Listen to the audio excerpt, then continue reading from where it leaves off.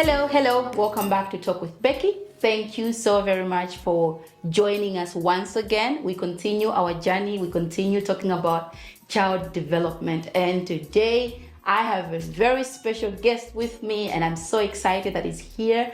I will just say thank you so much for coming to Talk with Becky. Thank you so much. It's an honor. It's an honor. Yes.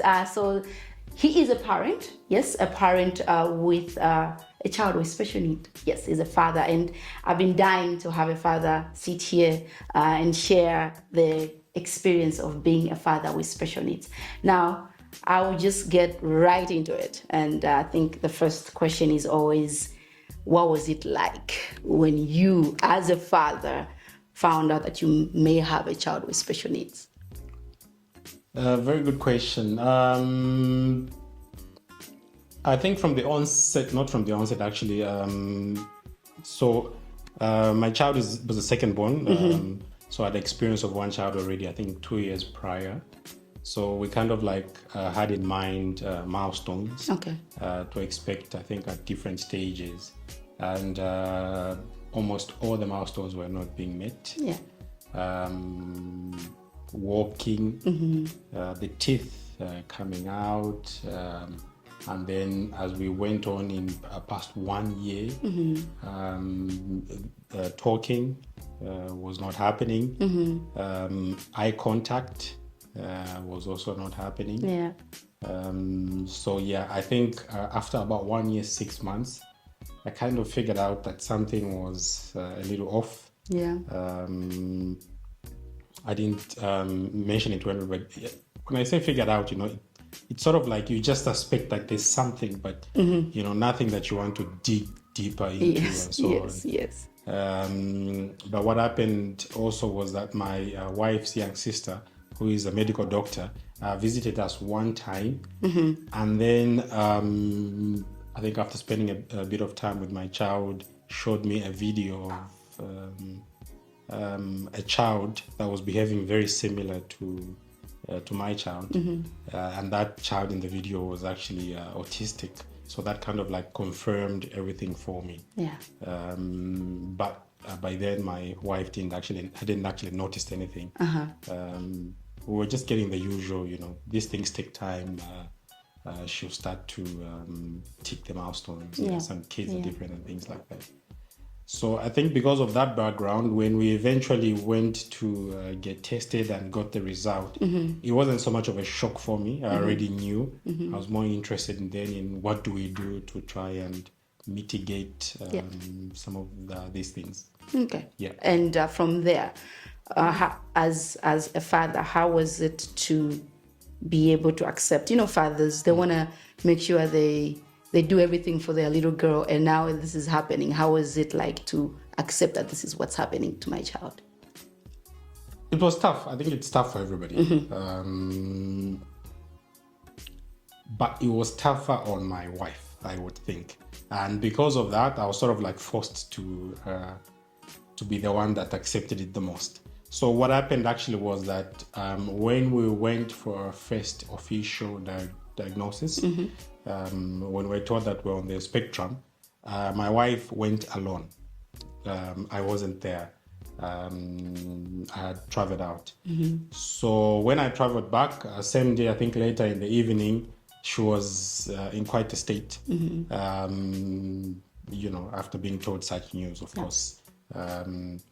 So I think from then on, I kind of realized that this is maybe a much bigger deal than I was even trying, playing out for it or making it seem like it was. So I took it a bit more serious from then on, and tried as much as possible to be the one that gets the bad news first before it actually reaches my wife. Yeah, it was a bit tough. I think hearing it for the first time from somebody was really, really tough. Yeah, I can imagine. Yeah. I can imagine. And since then, what are some of the challenges since the time you found out? What are some of the challenges that you have faced together with your wife? A number. So parenting an autistic child is at least from my experience, is like parenting two children in one. That's how I can describe it. And then also, if you go on your YouTube or Facebook or any of those social medias and Google the things that kids do in their terrible twos, as they call them, I think my child has ticked almost all of those, right? Tantrums were a norm when we first started. Before any intervention, tantrums were a norm. And I don't mean tantrums at home. These were tantrums at a mall. You buy her ice cream, and because she wants sprinkles there, so that ice cream is then thrown away immediately. But she can't tell you that I want sprinkles, and she's very agitated that you're not giving her sprinkles. So first ice cream is thrown, second one is thrown. By the time you're bringing a third one, she's rolling on the ground, moving around, and you've caused the whole spectacle in an ice cream place with everybody from their back coming to see what's happening, what's wrong, So it was a lot of being very calm as much as possible. I realized actually, so in the first instances, naturally you also react when your child does that, right? Because what people are saying is that, how do you allow your child to behave like that? You're not a good parent and things like that. So you tend to react, but when you react, you actually make it worse.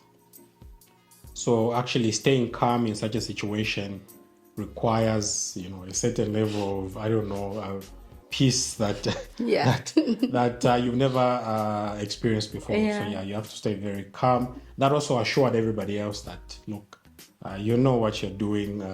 You explain to them as much as you can. And if possible, you should always be ready to abandon such situations. Just carry your child and move away. Once they're agitated in an environment, it's very hard to calm them down there. But that's just one side of the problem side. So tantrums, I think, were the biggest thing. Of course, communication was very hard or next to impossible. Food, so you don't know what food she likes. And she's also not able to tell you. If you give anything she doesn't like, she throws it away. She's refusing to eat and things like that. Schools were another big issue. So I had made up my mind from the very onset, not made up my mind, after a few interactions with specialists, that I would take my child to a regular school. Okay. And that came with a lot of challenges. Of course. A lot of challenges, which will probably require a whole session just for us to actually talk about what came out from there. But there's a lot of challenges that comes with parenting an autistic child. I can imagine. I can imagine the tantrums, the screamings, the agitation. I can imagine they're just one of the many things that you get to experience as a parent. And the next question would be, do you think couples should have conversation about that possibility of having a child or raising a child with special needs? I know that we wouldn't even want to think about it, but do you think, now that you are raising a child with special needs, do you think it's a wise thing to do, to just have a conversation whether, what if we have a child with special needs? Do you think that's I think so. It's one area that for some reason we didn't plan on, my wife and I. My wife is a very good planner, and she did take into account a number of scenarios, not just on the kids, but also ourselves, how it would pan out in marriage. But special needs was not one of them. I don't know how we missed that particular one. But yes, I would definitely encourage parents to discuss that. I think that's part of the reasons I'm actually doing this video, is to raise awareness for people to be more aware of this, of special needs, different needs. I've always thought that the biggest problem actually with autism specifically is not even the autistic children or people themselves. It is the fact that the community doesn't accept them or doesn't know how to sort of like integrate them into society. So I think, once we raise more awareness and people are more aware, it'll be easier for you should it, happen, that you know where to go, what to do, and ultimately you'll be able to sort of like get intervention earlier, and very little be impacted in your life once you have the knowledge that we have now, which I wished we had then. Okay. And maybe in your view, because you talked a little bit about, how it was with finding school, because you wanted her to be in a mainstream school or an inclusive school. So in your view, do you think we have enough schools that cater for children with special needs? No, the simple answer is no, we don't. Okay. But also, what I am against is having special schools or different schools for different kids, right? Because if your child, like my child, is autistic, if I take them to a different school, I am sort of like excluding them from the world. But ultimately, what I'm preparing my child for is the world. So how do you then integrate that into them? So I don't have enough powers, unfortunately, but what I would have preferred is that each school should have a section where they are able to accommodate special needs kids, right? That way, both the sort of like normal children, if I may say that, get experience of different kids, and also kids who are, for example, autistic, actually are able to also learn from everybody, and that creates for a better world where everybody knows more about each other. Right? True. You're not shocked when you find a child rolling on the floor in an ice cream place. So that was basically what my thinking was. But back to your question, no, there are no schools. There aren't enough schools. I really struggled. That's one. So the first school that we took my daughter to, we stayed there 2 terms. Okay. So first term was really tough. I think it was tough. Generally, kids don't do so well the first time they go to school, right? A lot of crying and things like that. Second term got a bit better, but at the end of the second term, when I went to pick up the report form, I went through a series of meetings, which is very unusual, with a child minder. They had somebody that does the potty training and things like that.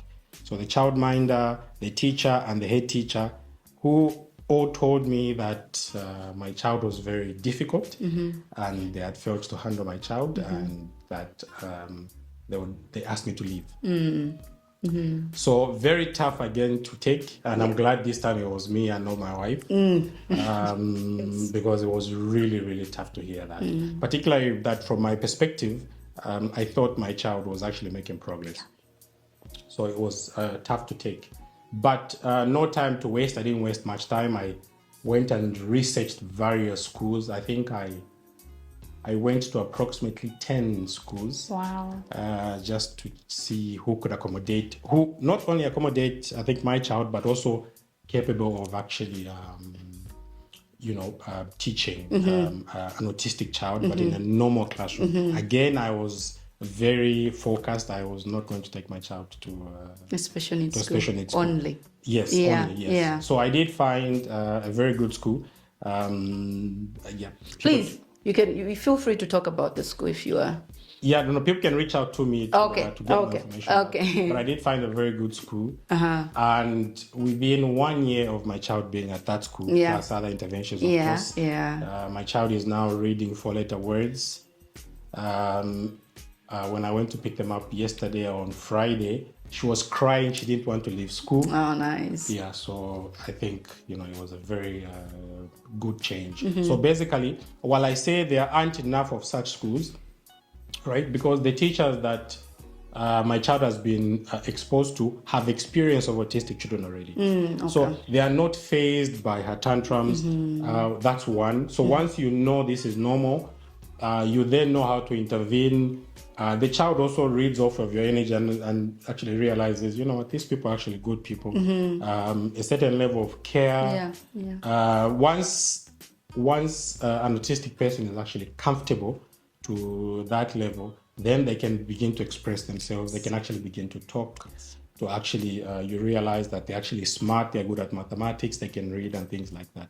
But yeah, we need more people, more teachers that are actually sort of like experts or trained in not just handling autistic kids, but I think a whole range of other, different needs, so that we are more accommodating in our schools. Okay, so I think you touched a little bit of the next question, like how best can one identify a good school for their child with special needs? Talk to the teachers. So I talk to the teachers a lot, to find out what level of experience they have. The head teacher as well, so that they are aware, and then I make it clear to them that what to expect. I give them an idea. So because of the background that we had with the previous school, we're able to better prepare the second school, even though they were quite good. So for example, if normally a classroom, will have a teacher and a teacher aide.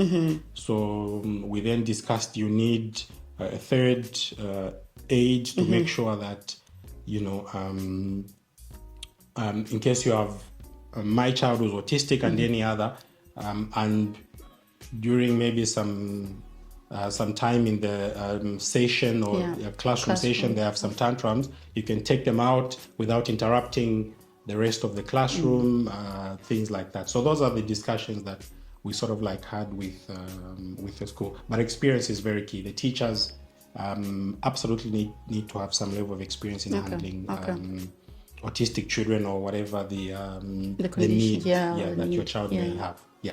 Okay. No, that's very interesting, and this shows that as a parent you need to really know what you want for your child, but also you need to be ready to advocate, to speak for them, especially when it comes to finding a good space for them. There's no running away from that.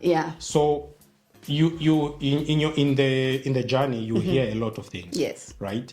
When a school tells you that your child is not doing well, right, you must know enough to know that that's not true, right? And because what I would have done, for example, is to say, maybe these guys are right. Let me take my child to a typical special needs school, right? But I knew that what they were telling me was not correct. That is why I still continued on the same path, right? But you need information, and for you to get that information, you actually have to spend time with your child, right? You really have to sort of like study them. And that was, the teachers were one area. You go to doctors that will tell you a lot of things. Maybe your child has too much lead, or you hear a lot of things. So you must be very calm and sort of like assess everything that is given to you by experts, and actually really decide at the end what's best for your child. But for you to be able to do that, you must have a certain level of information as well. You must educate yourself. No, you must educate yourself. Absolutely, you must educate yourself. So for example, my decision to not go to a special needs school was because I had at least 3 experts that assessed her and told me that my child was at the level that my child, on the spectrum that my child was at, she could actually function in a normal class. But that it's not enough to just do the normal class. It's normal class plus. So all those things come into play. Let's see, what would be, as a father, what does being, and I think again you've talked about this a little bit, but what does being involved in your child's development, or like knowing them, what they need and how you can advocate for them, how does that look like? Being involved, different things. So what I do is that I sort of like expose my child to environments to get them familiar. So for example, when we first started out, we used to do weekly visits to one of the malls. And every every week was different, right? This week she's run off from you and you're chasing her around the mall. And when you're chasing her, she's maybe pushing mannequins for people's shops.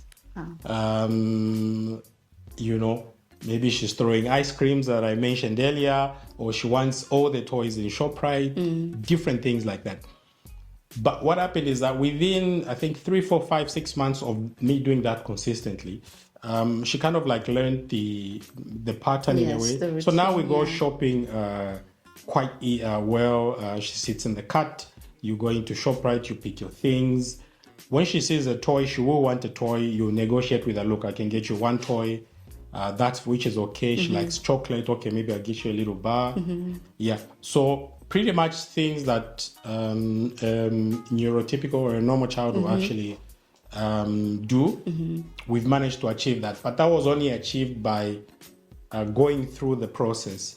So that now means that that's one process done. So now we have to do similar sort of like things to get her comfortable in different areas that she's not comfortable in. So next thing we're working on is buying clothes. So we're going to try to buy clothes together. So when she sees clothes, she wants only a particular set of clothes. Then she wants to wear them immediately. And so all those things are like small steps that we're trying to do. So that is what my intervention looks like. That's how I try to intervene as much as possible, so that after a few years of such activities, you can sort of like allow your child to then be able to function on their own, because now you've gone to ShopRite with them 1,000 times. So when they actually go out on their own to actually buy, the noise and the lights and everything like that doesn't affect them and things like that. Okay.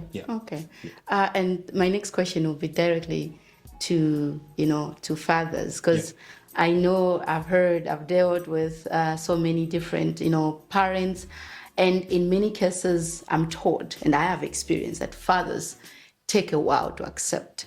How do you think, or what would you encourage fathers out there to be able to take action as soon as possible? Because we know that the sooner they do it, the better. But how would you encourage them in order that they accept and start the journey? Yeah, it's a very tough journey, right? Very emotionally demanding. It requires a lot of you. And I think that it's unfair to have just one person taking the front row. You need a whole community. Even both parents are not enough. You need everybody involved. And then also, because it's such an emotional journey, I feel like men are actually better placed to be the ones to take the role. Because we are more likely to stay calm, to regulate ourselves in certain instances, which I've found. So, and that also helps our child. So even right now, I think we've been doing intervention for close to 2 years now. So when the tantrums have reduced drastically, right? The few times that we have them, when my daughter is going through a meltdown, maybe she wants something that is not being given to her, as soon as I walk into the room, she immediately calms down, right? She's calm. I ask her what she wants, negotiate with her. We actually now negotiate, okay, look, you can't have chocolate before dinner. What we can do is maybe you eat now and then I give you after, right? Do you think that's okay? So we're at the stage where we're now communicating, which is a really, really big leap from where we're coming from. It is. I can imagine. And what do you think you could have known? I'm not sure at what age she was when you found out that she's autistic, but what do you think you could have done better, or what you think you could have known better then that would help you now, or could have helped you along the journey? So we kind of like didn't actually intervene until it was time for us to start going to school. Right? So when we're now looking at saying 2 months from now we have to go to school, then we realized, no, we are not ready. We're not potty trained. We are not talking. Our tantrums are very high and frequent, and all these things. Yeah. So we then said, okay, how do we get ready for school, right? Because clearly we are not near there. We can't go to school at this stage. So that actually forced us to then start doing the intervention.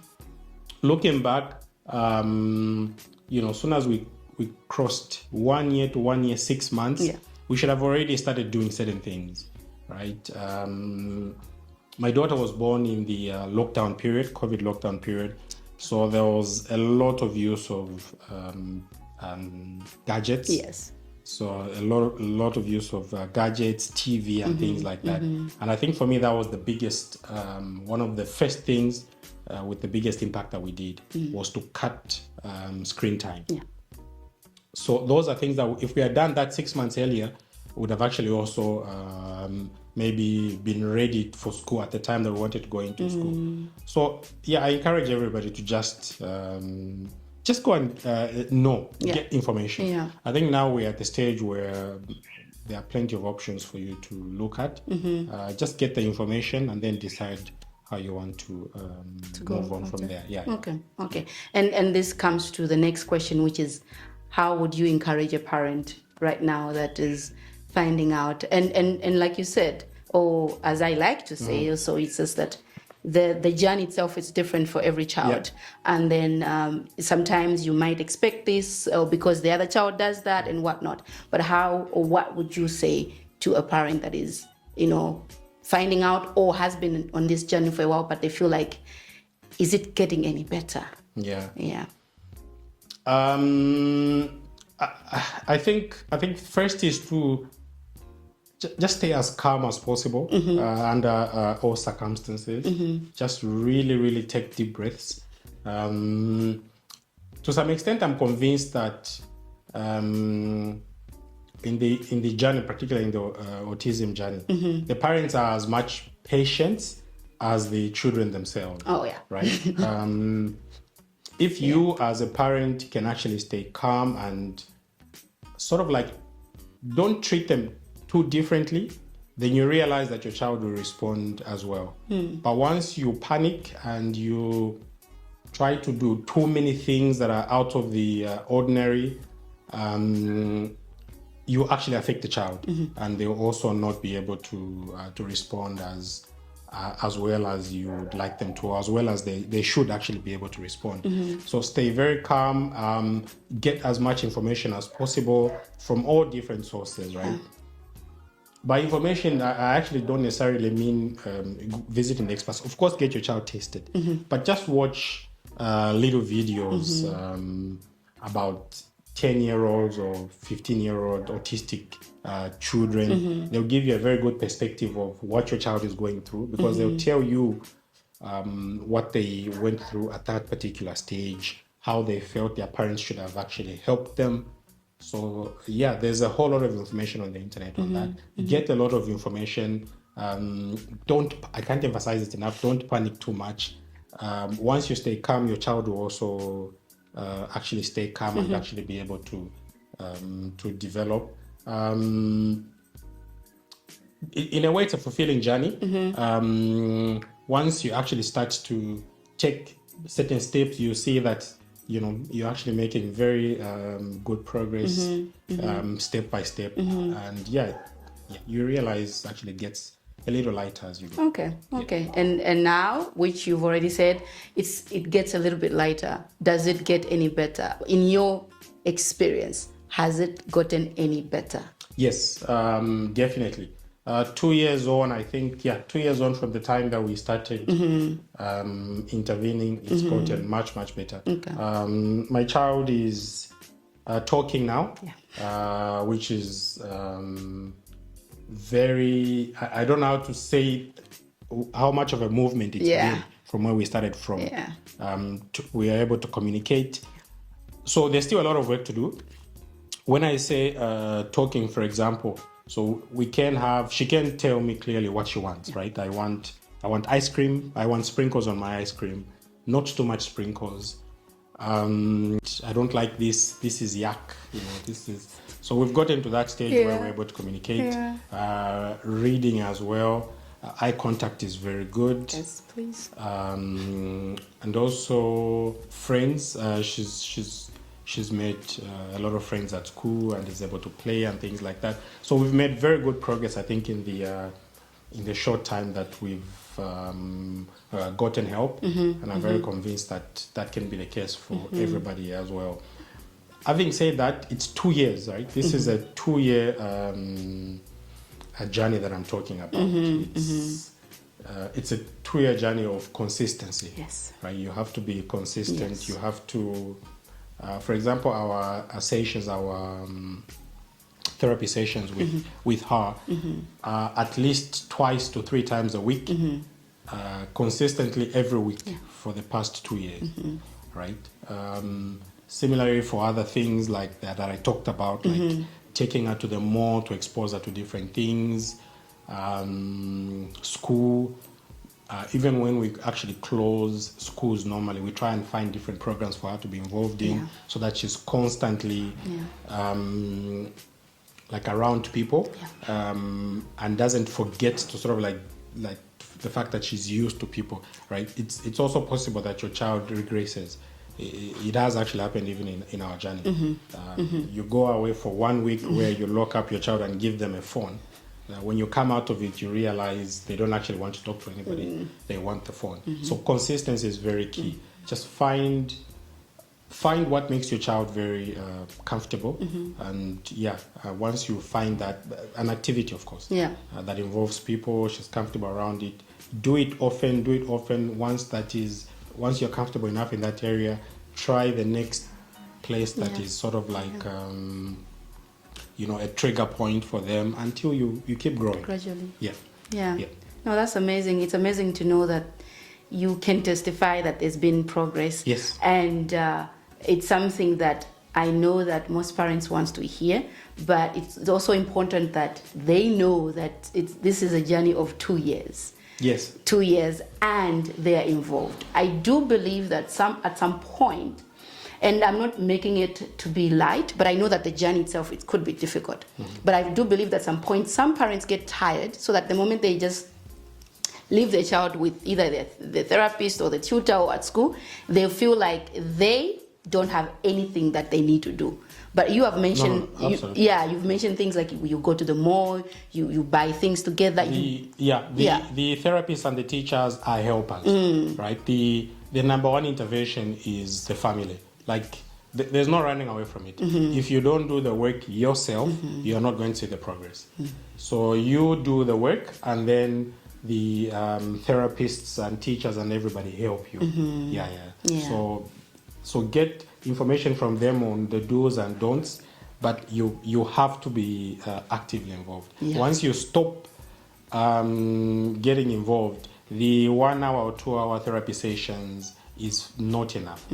No, it's not enough. And I hope that some parents are able to get that, because it's so important. Because when you tell a parent that even at school we need to even at home we need to continue with potty training, we need to continue to do this, more water, sleep time, cut down on this and this and this and this, they feel like, I know that it's a very hectic journey. It can be hectic, but if you don't do those things, the 1 hour or the 4 hours at school, it won't really cut us so much. But you continue every single time, every single week, they know, and then you, like you said, create games or create routines that involves other people. You have conversation, even when you have puzzles. And this is how I usually interact with the kids. Like, it has to be interactive.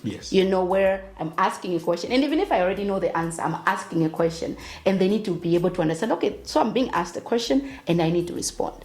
If you do that as often as you can, I believe and I know that over time you'll be able to see results. Agreed, definitely. Yes. Now, we have come to the end, and I am so thankful that you are here. Thank you so much for Thank you for having me. Yeah, thank you for being an advocate. Really, it is important that you're an advocate, and I hope that fathers who are watching, please Mothers, if you're watching this and the father is not there, please just tell them, let's sit down and let's watch. Let's watch together so that we can learn. Because it's very important. The development of a child involves the whole village. But you, the parent, the mom and the dad are the first people that need to speak. You need to stand up for your child and speak for your child. That is the only way the other people, the world, the teachers, the therapists, whoever else will be able to sit down and also listen and also cater to the needs of the child. All right, this has been Talk with Becky. Again, thank you so much for being here. Guys, it's been amazing. It's been lovely. And I hope that you were able to learn one or two things. Until next time, please remember to subscribe to my YouTube channel and follow me on all my other social media platforms. Bye.